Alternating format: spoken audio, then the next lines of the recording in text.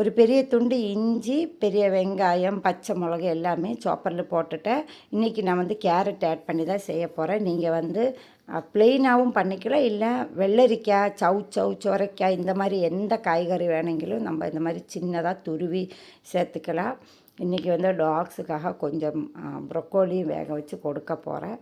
காலையிலே வேலைகளெல்லாம் முடிச்சுட்டேன்னா இன்றைக்கி வந்து சமையலெல்லாம் பண்ணிவிட்டு கொஞ்சம் டைம் கிடைக்கும். அதனால தான் சீக்கிரமாக எல்லாமே பண்ணிகிட்டு இருக்கிறேன். இன்றைக்கி வந்து ஆட்டா மாவில் ரொட்டி தான் செய்ய போகிறேன்.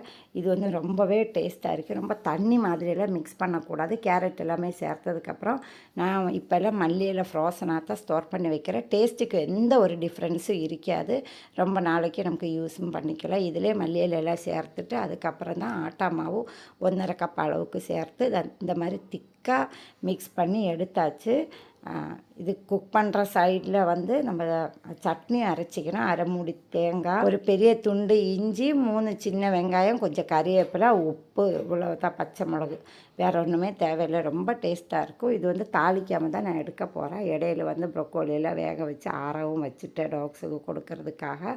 இது வந்து நம்ம கரண்டியில் இப்படி எடுத்து போட்டுட்டு இன்னொரு கரண்டி வச்சு இப்படியே ஸ்ப்ரெட் பண்ணி விடணும். இது வந்து கையெல்லாம் வச்சு செய்கிறதுக்கு எனக்கு அந்த அளவுக்கு பழக்கம் இல்லை. அதனால தான் நான் கரண்டி யூஸ் பண்ணுறேன். நல்லா தின்னாக நம்ம ஸ்ப்ரெட் பண்ணிவிட்டு ஆயிலெல்லாம் சேர்த்ததுக்கப்புறம் இப்படியே நல்லா ப்ரெஸ் பண்ணி அது வந்து வேக வச்சு எடுத்துக்கணும். கொஞ்சம் டைம் எடுக்கும், ஆனால் டேஸ்ட்டு ரொம்பவே நல்லாயிருக்கும். பிள்ளைருக்கு வந்து ரொம்ப நல்லா பிடிக்கும் இது. அதனால் கொஞ்சம் கூடையாக தான் செஞ்சுருந்தேன். சுட்டு எடுக்கிறதுக்கு தான் கொஞ்சம் டைம் பிடிக்கும். இடையில வந்து டாக்ஸுக்கு ப்ரொக்கோலி எல்லாம் வேக வச்சு கொடுத்துட்டேன்.